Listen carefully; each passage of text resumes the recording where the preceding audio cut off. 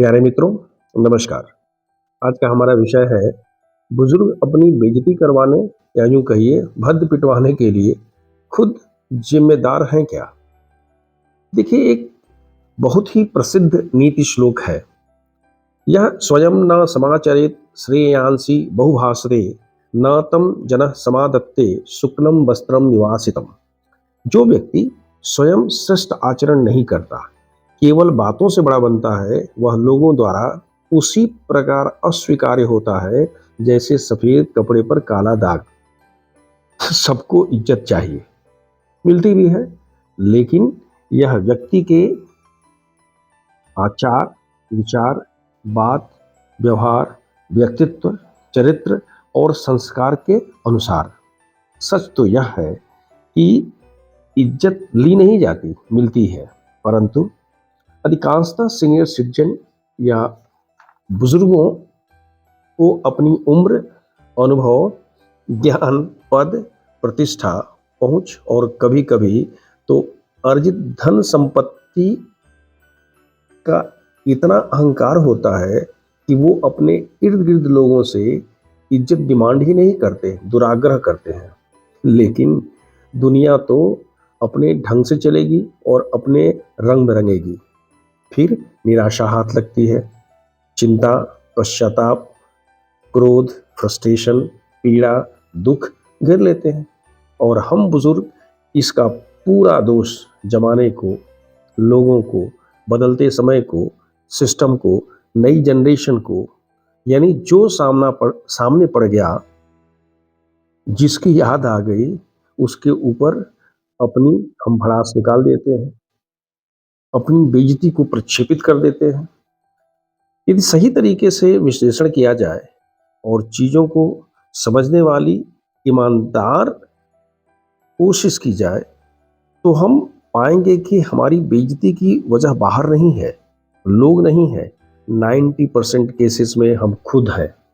यदि हम इसे खुद खुले मन से स्वीकार कर लेते हैं कि हम अपनी खोई हुई इज्जत या घटी हुई वैल्यू को एक सम्मान पूर्ण स्थान दे सकते हैं, आइए देखते हैं हम सीनियर सिटीजन की भद्द पिटवाने यानी अपना अपमान कराने के कारण क्या है और उन कारण को दूर करने के लिए हम क्या क्या कर सकते हैं। देखिए, मूल विषय पर आने से पहले हम आप सबको हृदय से धन्यवाद देते हैं कि आपने हमारे चैनल को सब्सक्राइब किया। यदि नहीं किया है तो आप कृपया कर लें, लाइक करें, शेयर करें, लोगों को बताएं और इस वीडियो को अंत तक देखें। अंत में जो बात कही गई है उस पर विचार करें और यदि वीडियो आपको जिस तरह भी लगती है, आप उसके हिसाब से हमें ग्रेड 1, 2 और 3 कमेंट बॉक्स में लिख करके हमें प्रोत्साहित कर सकते हैं। तो आइए अपने विषय पर आते हैं। सबसे पहला बिंदु है आत्मनिर्भरता की कमी। जब कोई भी बुजुर्ग या सीनियर सिटीजन आर्थिक, मानसिक या भावनात्मक रूप से परिवार वालों पर या यूं कहिए बच्चों पर पूरी तरह निर्भर हो जाता है, डिमांडिंग नेचर होता है, व्यवहार या व्यक्तित्व में लचीलापन की कमी होती है या यूं कहिए कि स्टिफनेस पर्सनालिटी का मालिक हो जाता है, अक्खड़पन आ जाता है, तो रिश्तों की आर्द्रता और गर्माहट को धीरे धीरे समाप्त होने में समय नहीं लगता।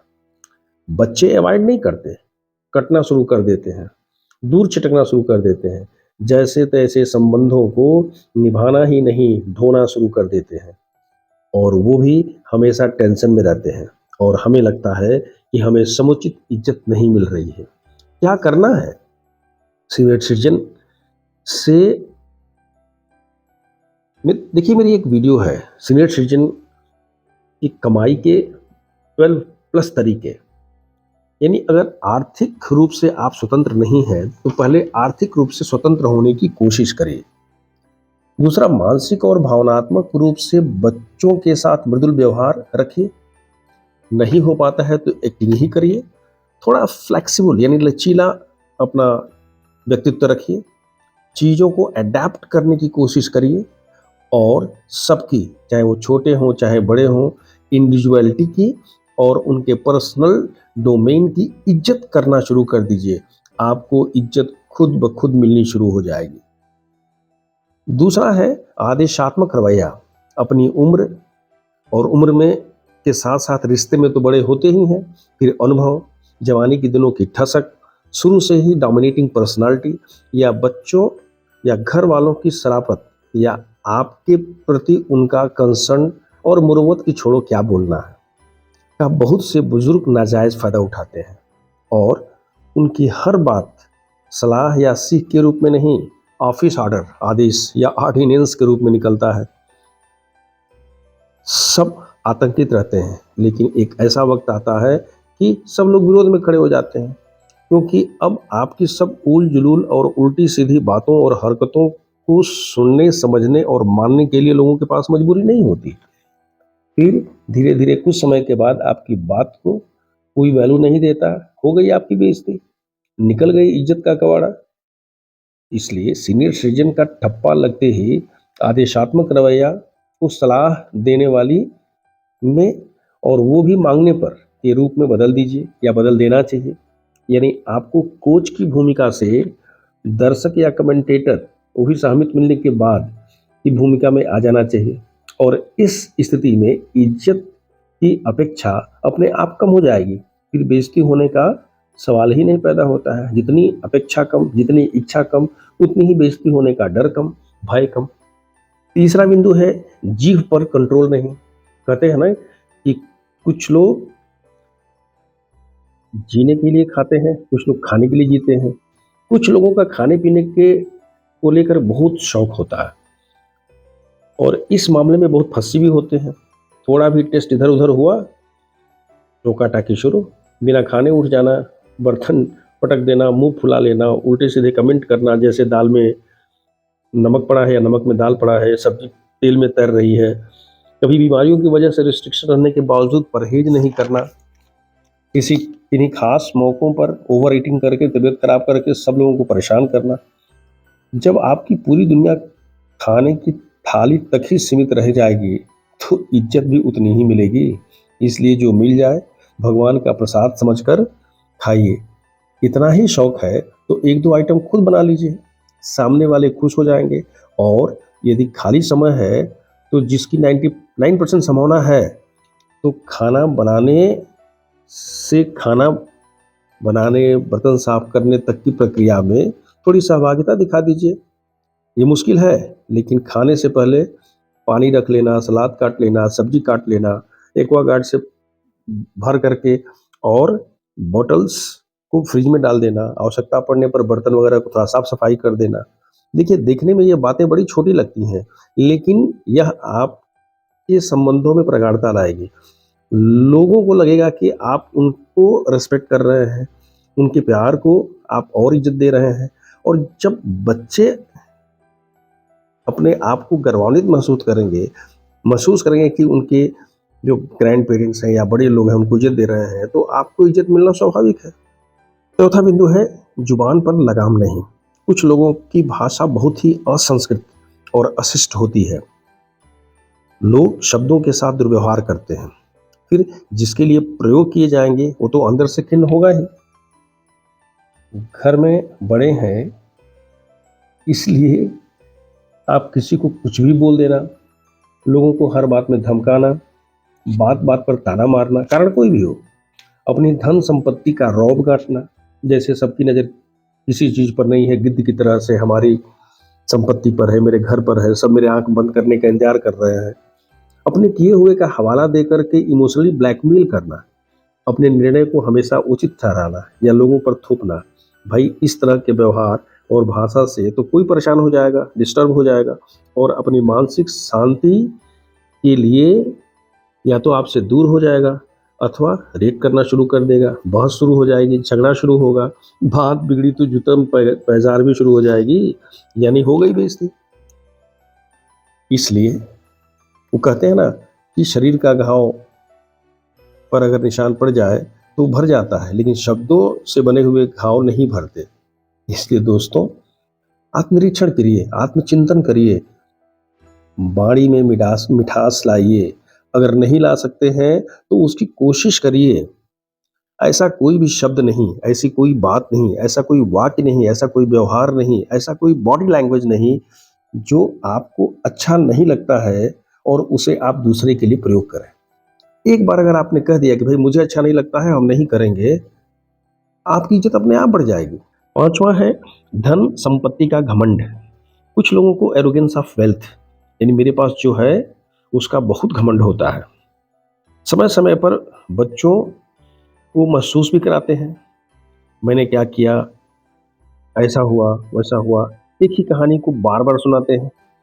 हमारे एक मित्र हैं, वो 3 भाई हैं, तीनों नौकरी पेशा हैं, बाहर रहते हैं, गांव में उनकी विधवा माँ रहती हैं, काफ़ी लंबी चौड़ी प्रॉपर्टी है, घर है, लेकिन माँ गांव में रहती हैं क्योंकि वो सब संभालती हैं।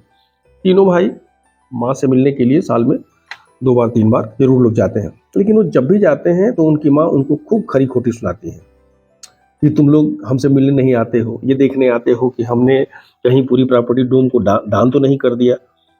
भाई कुछ नहीं बोलते हैं, चुपचाप सुनते हैं, चले आते हैं। लेकिन उन तीनों के बच्चे या उनकी बीवियां नहीं जाती हैं। क्यों? क्योंकि उनकी माँ की किसी भी बात को बच्चे बिल्कुल पसंद नहीं करते हैं। तो कोई ना कोई बहाना, कभी परीक्षा है, कभी ये है, कभी वो है करके वो बच्चे कभी कभार जाते हैं। अब उनका कहना है तुम लोगों के बीवी बच्चे हमारी इज्जत नहीं करते हैं। सोचने की बात है, इसके लिए कौन जिम्मेदार है? देखिए, यदि आपके ऊपर परमात्मा की कृपा है, आपके पास धन संपत्ति है, आपके पास ऐसा कुछ है जो आप अगली पीढ़ी को पासन करने वाले हैं, तो आप बच्चों से कहिए कि बेटा ये तुम लोगों का है, तुम लोग इसको मैनेज करो, सब तुम्हारा है, लेकिन तुम लोग मेरे हो, तुम लोग खुश रहो, मेरी असली संपत्ति यही है, मेरे नाती पोता हमारी असली संपत्ति है। देखिए, सब कुछ आपका आपके पास रहते हुए भी सिर्फ ये कहना कि सब तुम्हारा है, तुम लोग हमारे हो, हम तुमको प्यार करते हैं, आपकी वाणी में प्रेम की वर्षा आपकी इज्जत खुद बढ़ा देगी। छठा बिंदु है पीढ़ियों के बीच संवादहीनता। देखिए, हम सीनियर सिटीजन की एक बहुत बड़ी समस्या है कि हम जब भी बोलते हैं, यानी यंगर जनरेशन से हम बात करते हैं, तो आदेश देते हैं, सलाह देते हैं, सुनाते हैं, फतवा जारी करते हैं, प्रवचन देते हैं, लेकिन वन टू वन बैठ करके आमने सामने संवाद नहीं करते। उनकी बात, उनका व्यू पॉइंट, उनका स्टैंड पॉइंट, उनके कंस्ट्रेंट्स, उनके थॉट प्रोसेस, उनको जानने समझने की कोशिश ही नहीं करते, यानी टोटली कम्युनिकेशन गैप। और जब बात नहीं होगी, संवाद नहीं होगा, वन साइडेड कम्युनिकेशन होगा, तो निश्चित रूप से पुरानी पीढ़ी अनसुनी रह जाएगी। क्यों? क्योंकि नई पीढ़ी के पास पुराने लोगों की दकियानूसी बातों, विचारों, थॉट प्रोसेस को सुनने का वक्त ही नहीं है। वो अपनी ज़िंदगी में मस्त है, वो अपने भागम भाग में व्यस्त हैं। इसलिए नई पीढ़ी की बात को, सोच को, एस्पिरेशंस को, ड्रीम को, जीवन के प्रति उनके दृष्टिकोण को खुले मन से और खुले विचार से स्वीकार करना होगा। संवाद बनाए रखना होगा, खुद को एडजस्ट करते रहना होगा। एक बार हम उनके साथ अलाइन हो गए, हमारी वेवलेंथ मिल गई, फिर संबंध शुष्क नहीं, मधुर रहेंगे। और संबंध मधुर हो गए तो इज्जत तो उसका बाई प्रोडक्ट है, इज्जत तो अपने आप मिल जाएगी। आधुनिकता के प्रति हम बुजुर्गों का शुष्क और संकीर्ण विचार।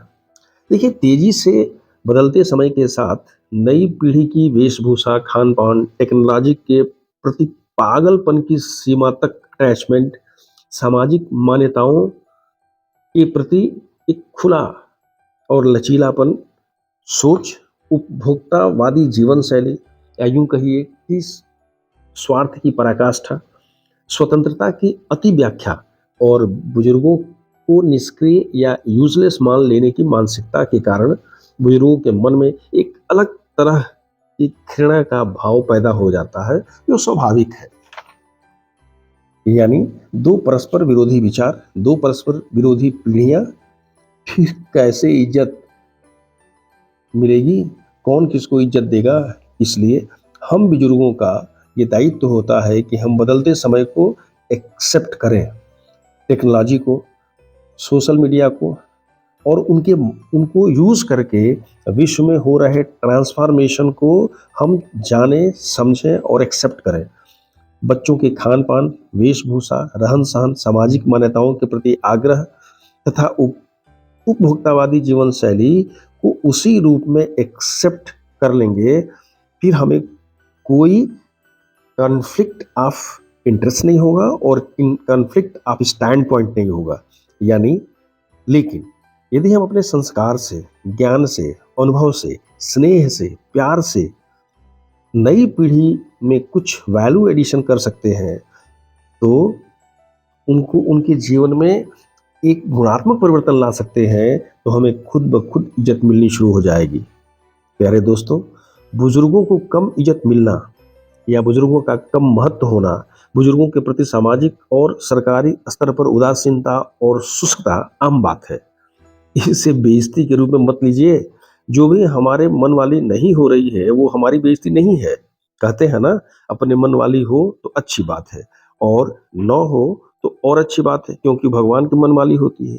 इसलिए अपनी इज्जत का ख्याल खुद रखिए और खुश रहिए। चलते चलते हम आपसे एक रिक्वेस्ट जरूर करेंगे, यदि इसके अलावा भी आपके मन में ऐसी कोई बात है कि इन और अलग कारणों की वजह से हम बुजुर्ग अपनी इज्जत कम कर रहे हैं या हमें इज्जत नहीं मिल रही है, तो कृपया आप कमेंट बॉक्स में उसको करें, ताकि हम लोग के यूट्यूब फैमिली के जितने भी मेंबर्स हैं, जो हमारे इसको देखने वाले हैं, सबको या यूं कहिए अधिक से अधिक लोगों को फायदा हमारी वीडियो का तो मिले, लेकिन आपके ज्ञान और अनुभव का भी मिल सके। ये हमारा आपसे सादर आग्रह है और निवेदन भी है। इन्हीं शब्दों के साथ सर्वे भवन्तु सुखिनः, सर्वे सन्तु निरामयाः, सर्वे भद्राणि पश्यन्तु, मा कश्चित् दुर्भाग्यम्।